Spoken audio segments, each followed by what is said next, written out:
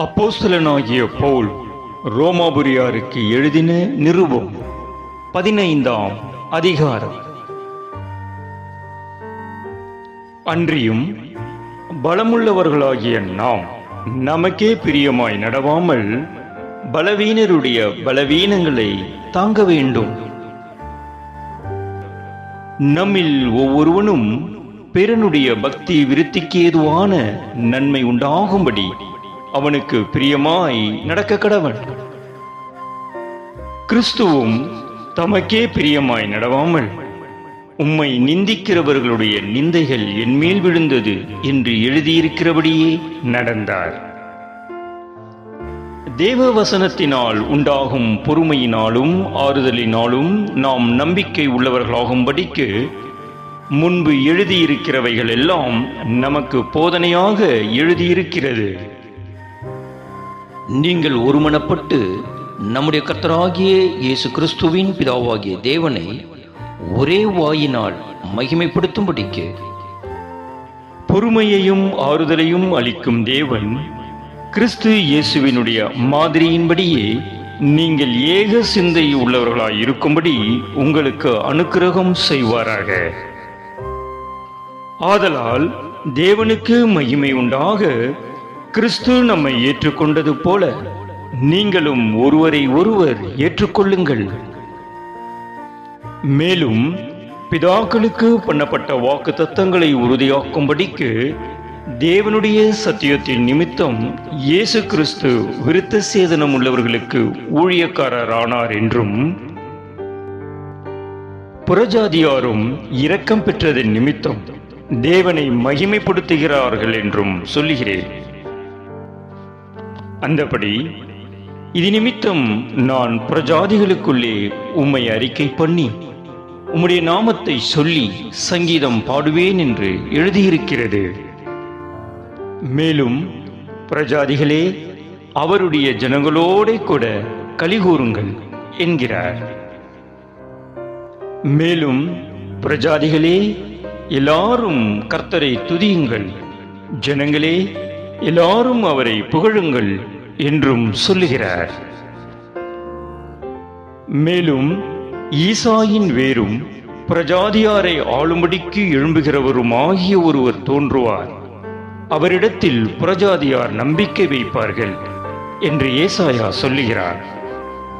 பரிசுத்த ஆவியின் பலத்தினாலே உங்களுக்கு நம்பிக்கை பெருகும்படிக்கு நம்பிக்கையின் தேவன் விசுவாசத்தினால் உண்டாகும் எல்லாவித சந்தோஷத்தினாலும் சமாதானத்தினாலும் உங்களை நிரப்புவாராக.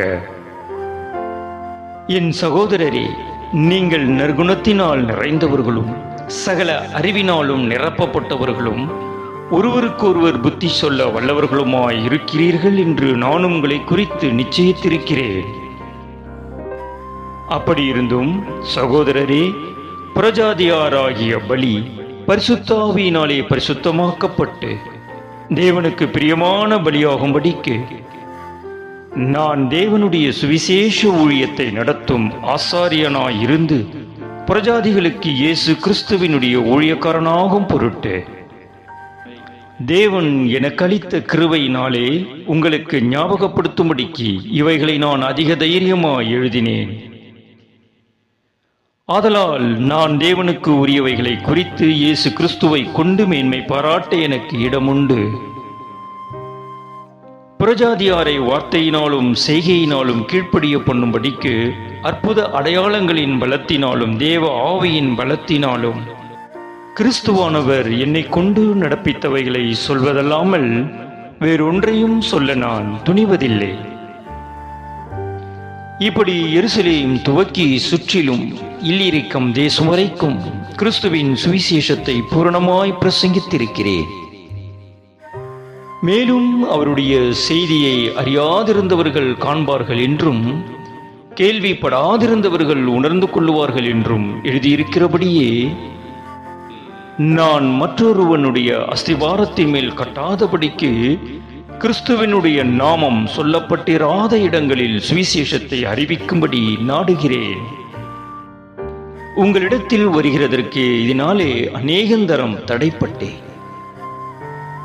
இப்பொழுது இந்த திசைகளிலே எனக்கு இடமில்லாதபடியினாலும் உங்களிடத்தில் வரும்படி அநேக வருஷமாய் எனக்கு மிகுந்த விருப்பம் உண்டாயிருக்கிறபடியினாலும் நான் ஸ்பானியா தேசத்திற்கு பிரயாணம் பண்ணுகையில் உங்களிடத்தில் வந்து உங்களை கண்டு கொள்ளவும், உங்களிடத்தில் சற்று திருப்தி அடைந்த பின்பு அவ்விடத்திற்கு உங்களால் வழிவிட்டு அனுப்பப்படவும் எனக்கு சமயம் கிடைக்கும் என்று நம்பியிருக்கிறேன்.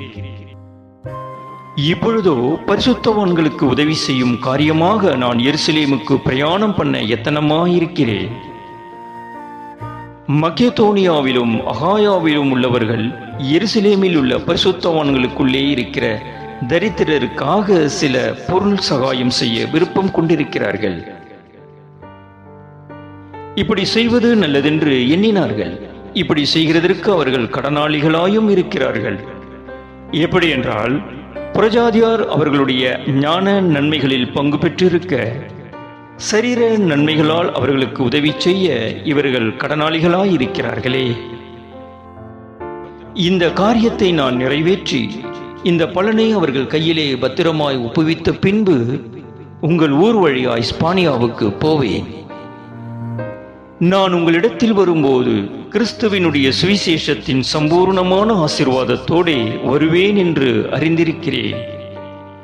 மேலும் சகோதரரே, தேவ சித்தத்தினாலே நான் சந்தோஷத்துடனே உங்களிடத்தில் வந்து உங்களோடு இளைப்பாறும்படியாக யூதேயாவில் இருக்கிற அவிசுவாசிகளுக்கு நான் தப்புவிக்கப்படும்படிக்கும் நான் எருசலேமில் உள்ள பரிசுத்தவான்களுக்கு செய்ய போகிற தர்ம சகாயம் அவர்களால் அங்கீகரிக்கப்படும்படிக்கும் நீங்கள் தேவனை நோக்கி செய்யும் ஜெபங்களில் நான் போராடுவது போல நீங்களும் என்னோடு கூட போராட வேண்டும் என்று நம்முடைய கர்த்தராகிய இயேசு கிறிஸ்துவின் நிமித்தமும் ஆவியானவருடைய அன்பின் நிமித்தமும் உங்களை வேண்டிக் கொள்கிறேன். சமாதானத்தின் தேவன் உங்கள் அனைவரோடும் கூட இருப்பாராக. ஆமென்.